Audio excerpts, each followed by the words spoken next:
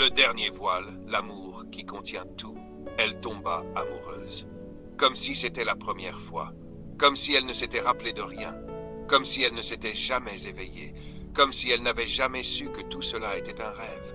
Elle se laissa envelopper par la magie de l'inconnu, par la beauté de l'éphémère, par le murmure de ce qui n'avait pas encore été dit. Elle s'abandonna complètement, sans résistance, sans peur, sans besoin de comprendre.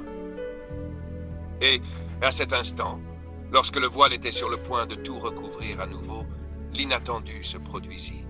Elle n'oublia pas. Elle ne tomba pas dans l'inconscience. Elle ne perdit pas la trace de ce qu'elle était. Cette fois, le voile se révéla lui-même. Et dans sa danse, dans son apparente séparation, dans son jeu de miroir infini, elle vit la vérité la plus profonde, celle qui n'avait jamais été dite, celle qui n'avait jamais été totalement comprise. Le voile était l'amour lui-même.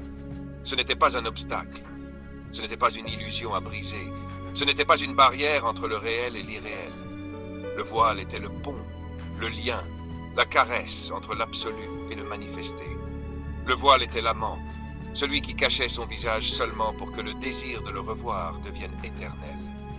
Le voile était la promesse, le pacte sacré entre le tout et ses formes infinies, pour continuer à se redécouvrir encore et encore, sans fin. Et alors elle vit. Elle vit comme elle ne l'avait jamais vu auparavant. Il n'y avait pas d'erreur dans la séparation. Il n'y avait pas d'erreur dans l'oubli. Il n'y avait pas d'erreur dans l'existence elle-même.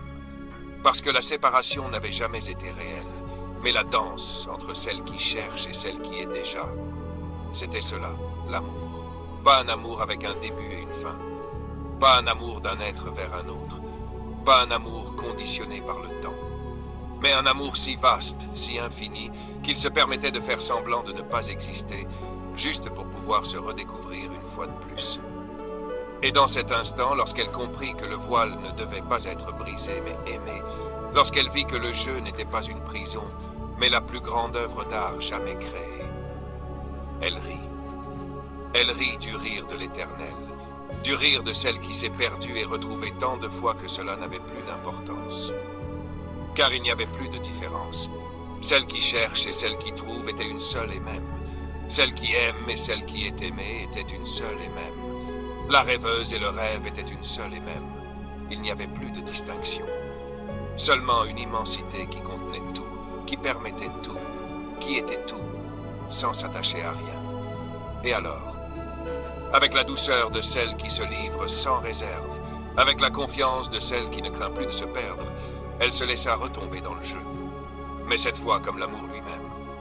Pas comme une chercheuse, pas comme une éveillée, pas comme une témoin distante, mais comme la danse elle-même, comme le flux éternel de l'univers tombant amoureux de lui-même, encore et encore, pour toute l'éternité.